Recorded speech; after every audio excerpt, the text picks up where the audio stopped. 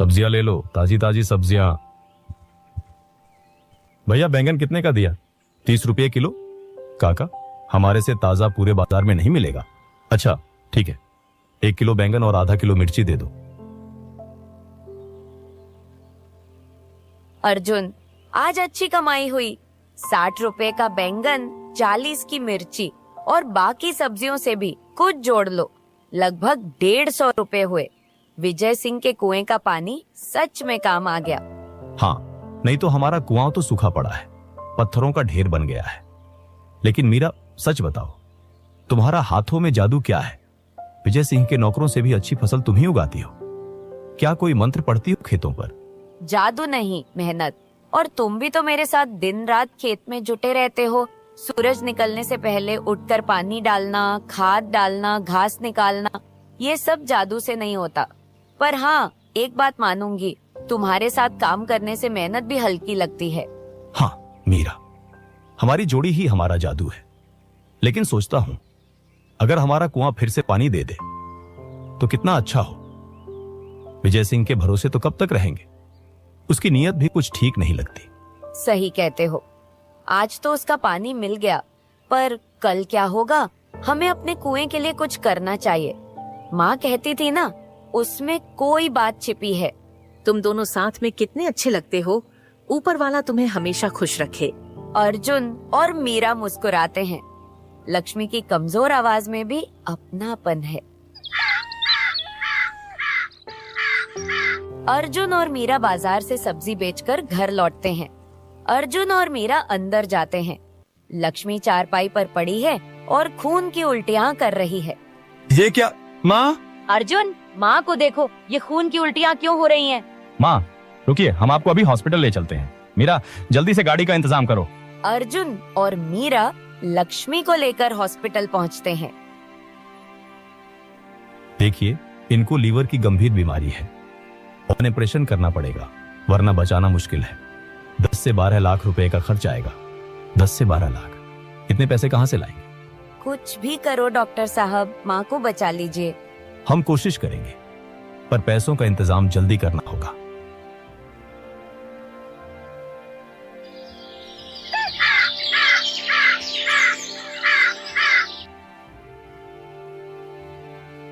अर्जुन, इतना पैसा कहाँ से आएगा? हमारी सारी कमाई जोड़ ले तो भी 2-3 हजार से ज्यादा नहीं होगा, और यहाँ तो लाखों की बात हो रही है। विजय सिंह से मदद मांगते हैं। वो गांव का सबसे अमीर आदमी है, उसके लिए 12 लाख कोई बड़ी बात नहीं होगी। शायद हमारी मजबूरी देखकर मान जाए। विजय सिंह से पिछले महीने उसने पानी के लिए ताने मारे थे और भैरू को भी ठुकरा दिया था जब उसकी बेटी बीमार थी। क्या वो हमारी मदद करेगा? हाँ, पर माँ की जान दांव पर है। कोशिश तो करनी पड़ेगी। मैं उससे साफ कहूंगा कि माँ को बचाने के लिए मदद चाहिए और धीरे धीरे पैसे लौटा दूंगा। ठीक है, जाओ, पर सोच लो कहीं वो इसका फायदा ना उठाए, और अगर मना कर दे तो मेरे गहने बेचकर थोड़ा इंतजाम कर सकते हैं। चिंता मत करो, मैं सुबह विजय सिंह से मिलूंगा। गहनों की बात भी ठीक है, पर बाकी के लिए गांव में और लोगों से बात करूंगा। कुछ न कुछ रास्ता निकलेगा। अर्जुन विजय सिंह की हवेली के बाहर पहुंचता है और अंदर जाता है। विजय जी, मेरी माँ बहुत बीमार हैं। उन्हें लीवर की गंभीर बीमारी हो गई है। डॉक्टर ने कहा है कि ऑपरेशन के लिए 12 लाख रुपए चाहिए। कृपया मेरी मदद करें। मैं मेहनत करके धीरे धीरे सारा पैसा लौटा दूंगा। हम सोचता हूँ ये तो बहुत बड़ी रकम है। अभी हालात ठीक नहीं है, देखना पड़ेगा कि कुछ हो सकता है कि नहीं। विजय की पत्नी रानी अंदर से आती है और बात सुन लेती है। क्या इस भिखारी को 12 लाख देने की बात कर रहे हो? पहले ही अपने कुएं का पानी इनको मुफ्त में दे रखा है, अब और क्या चाहिए? ये लोग तो बस मौका देखते हैं हमारी दौलत पर हाथ साफ करने का। हाँ अर्जुन, रानी ठीक कह रही है। इस बार हमारी फसल भी कम हुई है, खर्चा ज्यादा चल रहा है और हमारा कुआं भी अब पहले जैसा पानी नहीं दे रहा। इस बार मदद नहीं कर पाऊंगा। विजय जी, मैं भिखारी नहीं हूँ, मेहनत करता हूँ। बस माँ की जान बचाने के लिए मजबूरी में आपके पास आया हूँ। थोड़ी सी मदद भी कर देंगे तो बहुत होगा। कुछ तो सोचिए, मेरे पास और कोई रास्ता नहीं है। बस करो अर्जुन, हर बार मजबूरी का बहाना लेकर यहाँ मत आया करो। अपने गांव में और लोगों से मांगो, हमारे पास देने को कुछ नहीं है, अब जाओ यहाँ से। अर्जुन उदास होकर हवेली से निकलता है और घर लौटता है। अर्जुन विजय सिंह की हवेली से उदास लौटकर घर पहुंचता है। क्या हुआ अर्जुन? विजय सिंह ने कुछ कहा? मदद करने को तैयार हुए कि नहीं, या फिर कोई बहाना बनाकर टाल दिया? नहीं मीरा, मना कर दिया। रानी ने तो मुझे भिखारी तक कह दिया और ताने मारे। कहते हैं उनकी फसल कम हुई है और कुआं भी अब सूख रहा है। कोई बात नहीं अर्जुन, हम कुछ और रास्ता निकाल लेंगे। मेरे गहने जो बचे हैं उन्हें बेच दो, थोड़ा पैसा तो आएगा ही। माँ के लिए कुछ तो कर पाएंगे। हाँ, गहने बेचना ठीक रहेगा, पर वो भी तो 1-2 लाख से ज्यादा नहीं लाएंगे। बाकी का इंतजाम कैसे होगा, कुछ समझ नहीं आ रहा। फिक्र मत करो, गांव में और लोगों से बात करेंगे, कोई ना कोई मदद जरूर करेगा। माँ को कुछ नहीं होने देंगे, बस हिम्मत रखो। ठीक है मीरा, कल सुबह गहने बेचने चलेंगे और गांव वालों से भी मिल लेंगे, शायद कोई रास्ता निकल आए। अर्जुन और मीरा हॉस्पिटल में लक्ष्मी के बिस्तर के पास पहुंचते हैं। बेटा, मेरे लिए इतना मत दौड़ो। मैं देख रही हूँ तुम दोनों दिन रात परेशान हो। मेरा वक्त आ गया है कुएं को खोदना, उसमें तुम्हारी सारी परेशानियां दूर करने का रास्ता छिपा है। माँ, आप ऐसा क्यों कह रही हैं? हम आपको ठीक कर लेंगे, बस थोड़ा और वक्त दीजिए, पैसों का इंतजाम हो जाएगा। हाँ माँ, आप हिम्मत रखो, हम गहने बेच रहे हैं, गांव वालों से भी बात करेंगे। आप हमारे बिना कैसे रहेंगी? नहीं मीरा, अब कुछ नहीं बचा। मेरी सांसें थम रही हैं। बस मेरी बात मानो, कुआं खोदो, वो तुम्हारा भविष्य बदलेगा। लक्ष्मी की सांसें थम जाती हैं। माँ नहीं, आप हमें छोड़कर नहीं जा सकती, अभी तो हमें आपकी जरूरत है। ये कैसे हो गया? माँ, आप हमें छोड़कर चली गई, हम क्या करेंगे अब? आपकी बात कैसे भूल जाए? कुआं खोदेंगे, पर आप बिना सब अधूरा है। अर्जुन और मीरा दोनों रोते हैं। अर्जुन और मीरा घर में बैठे हैं। लक्ष्मी की मृत्यु के बाद का पहला दिन है। अर्जुन, माँ ने आखिरी बार कुआं खोदने की बात कही थी। क्या हमें उनकी बात को गंभीरता से लेना चाहिए? शायद इसमें कुछ सच हो। हाँ मीरा, माँ की वो बात मेरे दिमाग में बार बार आ रही है। कुआं खोदना, परेशानियां दूर करना, इसका मतलब क्या हो सकता है? हमें कोशिश तो करनी चाहिए। ठीक है, पर कहाँ से शुरू करें? हमारा कुआं तो सालों से सूखा पड़ा है। क्या सच में खोदने से कुछ निकलेगा, या माँ बस हमें हिम्मत देना चाहती थी? पता नहीं, पर माँ ने कभी बेकार की बात नहीं की। आज दोपहर को कुदाल लेकर कुएं पर चलते हैं, देखते हैं कि क्या होता है, कुछ तो होगा। हाँ चलो, कोशिश करते हैं। माँ की आखिरी इच्छा थी, अगर कुछ मिला तो उनकी आत्मा को भी शांति मिलेगी। तैयार हो जाओ। अर्जुन और मीरा उठते हैं, कुदाल लेने की तैयारी करते हैं।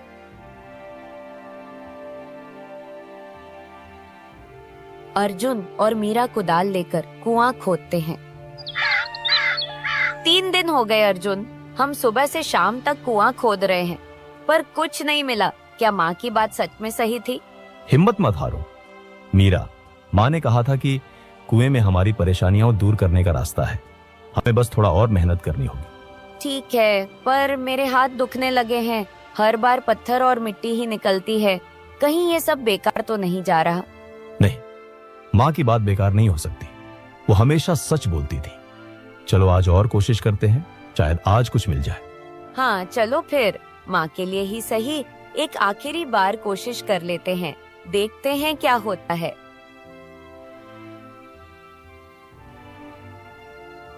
ये क्या है? सुरंग? चलो अंदर देखते हैं। अर्जुन और मीरा सुरंग में घुसते हैं। एक बौना अचानक सामने आता है। कौन हो तुम लोग जो इस अंधेरी सुरंग में घुस आए हो? क्या तुम्हें यहाँ आने की वजह भी पता है, या बस यूं ही भटकते हुए चले आए? हमारा कुआं सूख गया था। हमारी माँ ने मरने से पहले हमें बताया कि इसे खोदने से हमारी सारी परेशानियां खत्म हो जाएंगी, इसलिए हम यहाँ तक पहुँचे हैं।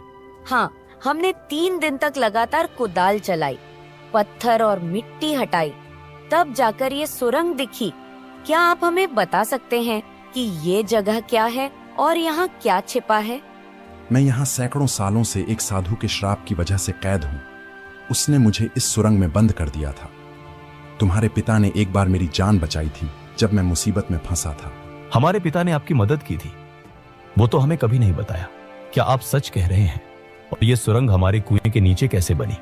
हाँ, और अगर आप यहाँ कैद हैं तो हमें कैसे दिख रहे हो? क्या ये कोई जादू है या हमारी आंखों का धोखा है? हमें कुछ समझ नहीं आ रहा। ये जादू ही है। मैं श्राप की वजह से दिखता हूँ पर आजाद नहीं हो सकता। तुम्हारे पिता की मदद के बदले में मैं तुम्हें ये जादुई घड़ा दे रहा हूँ। इसे संभाल कर रखना। जादुई घड़ा? ये क्या कर सकता है? क्या सच में इससे हमारी परेशानियां दूर हो सकती हैं? या ये कोई छलावा है जो हमें और मुसीबत में डालेगा? हाँ, और इसे कैसे इस्तेमाल करें? क्या कोई खास तरीका है या बस मांगने से सब मिल जाएगा? हमें साफ साफ बताइए ताकि हम गलती ना करें। इस घड़े से जो भी मांगोगे वो पूरा होगा, चाहे पानी हो, धन हो या कुछ और। लेकिन सुनो, लालच मत करना, वरना इसका जादू उल्टा पड़ जाएगा और तुम्हारा नुकसान हो जाएगा। लालच ना करें? मतलब हमें सिर्फ जरूरत की चीजें मांगनी चाहिए। ठीक है, हम समझ गए। क्या ये सच है या हम सपना देख रहे हैं? अगर ये सच है तो हम इसे आजमाएंगे, पर ये सब इतना अजीब और डरावना लग रहा है। आप सच बोल रहे हैं ना? बोना गायब हो जाता है।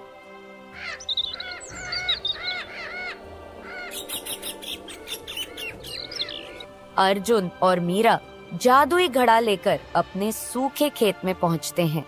मीरा, माँ की बात सच थी। अब इस जादुई घड़े को आजमाते हैं। चलो देखें कि क्या ये सच में हमारे सूखे खेत को फिर से हरा भरा कर सकता है। हाँ अर्जुन, बौने ने कहा था कि इससे जो मांगो वो मिलेगा, तो पहले पानी मांगते हैं। हमारे खेत तो प्यासे पड़े हैं, चलो शुरू करें।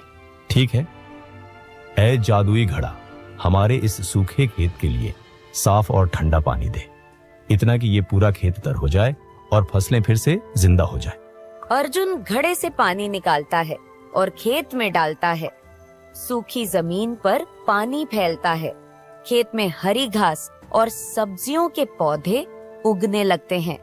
बैंगन, मिर्ची और भिंडी के पौधे तेजी से बढ़ते हैं।